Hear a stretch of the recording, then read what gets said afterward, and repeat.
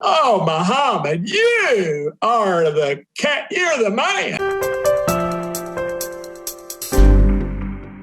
If I can help people laugh, not take themselves so seriously, to get a balance so they can see things clearly, man, I'll do it. If I have to pull out my old Howard Cosell, no doubt about it, Muhammad, what about Smoking Joe Frazier? I want him. I'm going to get him.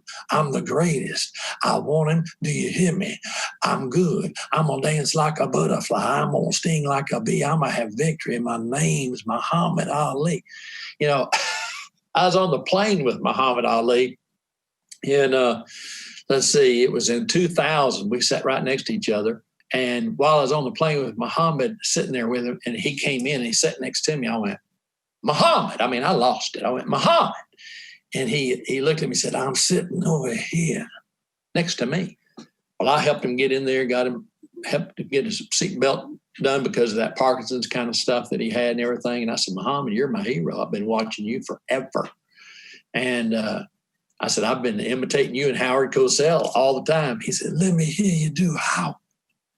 Well, I mean, just right there on Delta, I didn't worry about the people in the back or people in first class. I was with Muhammad Ali. He wanted me to do a voice impersonation. I don't care what they think about me. This is my opportunity.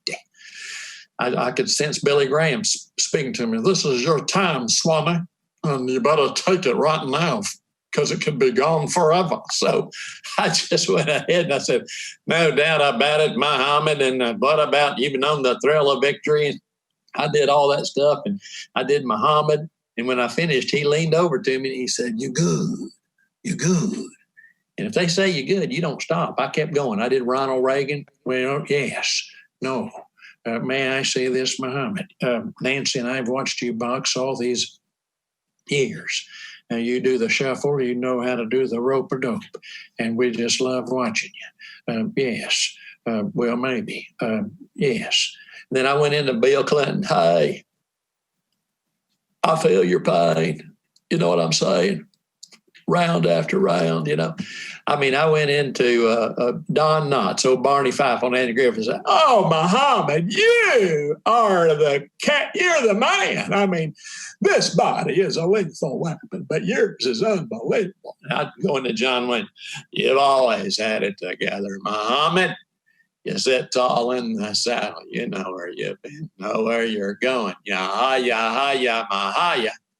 And then all of a sudden, he kept leaning over going, you're good. You're good. Well, man, he was egging me on. People in the back are wondering, who is this dude up there? Some nut. Well, I didn't worry about him. All of a sudden, I thought, I'm going to get a little witness in. So, a little popcorn testimony. So I said, Muhammad, I said, I was at Billy Graham's office, a few weeks before, and he has your picture on his credenza. And he asked me to do it. He said, do Billy. Let me hear you do Billy Graham. Because I knew that he'd been out to see Dr. Graham in 1979. And he flew out there. Dr. Graham picked him up. They talked about faith. They talked about their illness and stuff. I said, well, I didn't want to do Billy Graham. I'm 30,000 feet up now. I get a little nervous doing Billy Graham that high up. I want to put my little, antenna up, But he wanted me to do he wanted me to do Billy. I didn't have time to go back to the coach section and warn people that I'm going to do Billy Graham. Didn't have time. So I said, Lord, I'm just going to do it right now, but I can't do Billy Graham quietly. So right there, sitting next to Muhammad Ali, up in first class on Delta Airlines, I just let her go. I said, I want you to know, Muhammad, I remember in 1964 when you fought Sonny Liston. And in the latter rounds, he didn't come out of his corner, and it was controversial.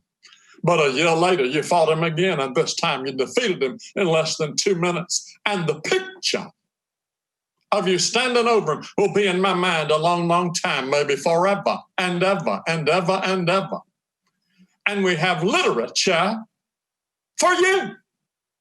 And when I did that, 3 people came walking down the aisle. I didn't have a card for them to fill out, so I just pulled out that little pukey bag behind the seat, and I said, here, fill this out real good, and I promise you, give it to Delta, and I promise within a week you'll have a Baptist, Pentecostal, and a Church of Christ knocking on your front door. That's a true story. And when we landed, when we got off, we were walking through the terminal. I said, "Do you have security?" He said, "No." I said, "Well, I'll be your security." And we were walking through the terminal. People were staring, going, "There's Muhammad."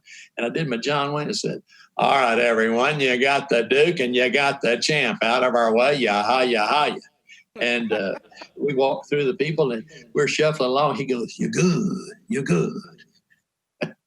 And that's a classic moment in my life. And he was so gracious and kind to let me share my faith, because I told him, I said, "Listen, so many people love you. I love you. Billy Graham loves you. So many in our world love you. But more than that, Muhammad, our Lord, loves you." And he was gracious to let me share my faith. What a memory. Hello everyone, I hope you enjoyed this video. To see more videos like this, be sure to hit the subscribe button below to get all of the latest content from TCT Ministries. We would love to pray alongside you for God's blessing in your life. So email your prayer requests to prayer@tct.tv or click the link below to submit your request at tct.tv. God bless you, and we want to thank you for watching.